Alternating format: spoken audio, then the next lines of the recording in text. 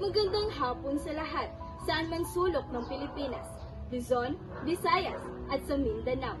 Ako po pala si Miss Leia at nagbabalik ang programang Sumbungang Bayan. Ito ang boses para sa naaapi. Sa hapong ito, ating matutunghayan, matutuklasan at mapapanood ang kwento ng isang ina at anak sa kamay ng kanilang haligi ng tahanan.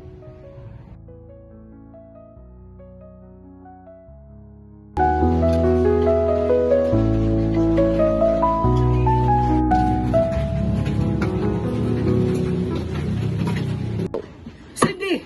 Ipagtimpla mo nga ako ng kape? Ano ba? Nakita mo may ginagawa yung tao. May kamay ka naman. Pumunta ka dito at magtimpla ka. Nice! Si Itay galit na naman siya. Anong sinabi mo? Aray! Ano ba? Nasasaktan ako! Bitawan mo! Ano po ginagawa ni Ninay? Alis! Nasasaktan ako, sabi! Bitawan mo ako!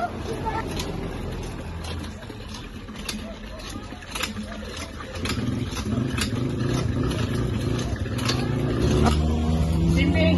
Bigyan mo nga ako ng pera. Bakit? May binigay ka na sa akin na pera? Ano sabi mo? Aray! Ano? Sasaktan mo na naman ako! Halika dito. Halika dito. Tsaka na mabangay. Bitawan mo ako, sabi! Huwag kang pumalag!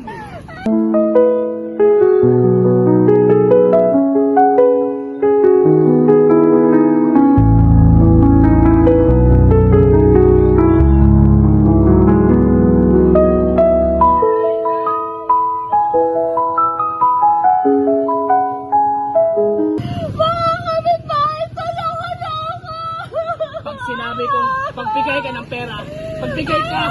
Ha?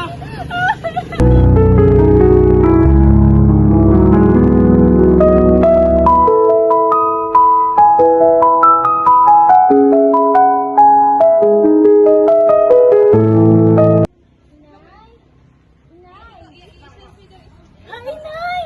Ano yun naman ang ginagawa sa inyo ni Itay, Inay? Inay, okay ka lang po ba, Inay? Inay! Inay, pupunta tayo sa ospital, Inay! Halika, Inay! Inay! Pupunta tayo sa ospital!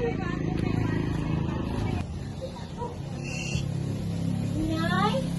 Kumain ka na, Inay! Ba't hindi ka kumakain? Oh, hindi ka na naman kakain? Wala akong gana. Anong walang gana na naman? Ha? Kumain ka nga?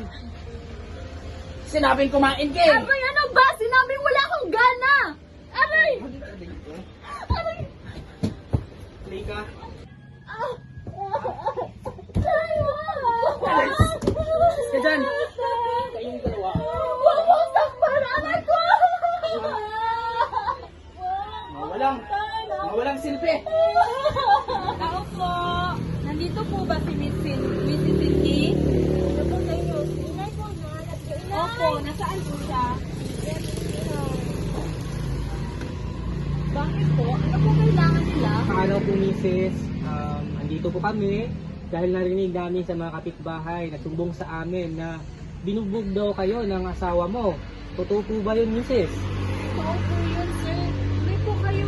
Mrs., maaari mo bang ibahagi sa amin lahat ng mga pangyayari, no? Especially sa iyong natamong pasa.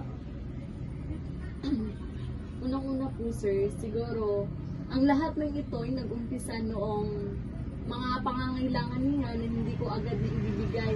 Kasi po, ito po ay kadahilanan sa wala po talaga kaming pera.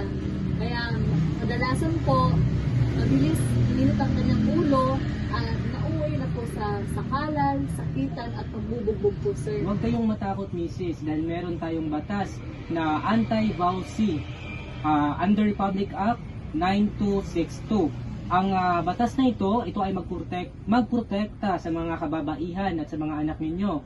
Katulad lang po ng mga nangyari sa inyo, sa mga pasang iyong natamo, no? Diyan po ay halimbawa ng Vowsy Act. Kaya kailangan namin kayong tulungan. Maraming salamat po, sir. Walang anuman, Mrs.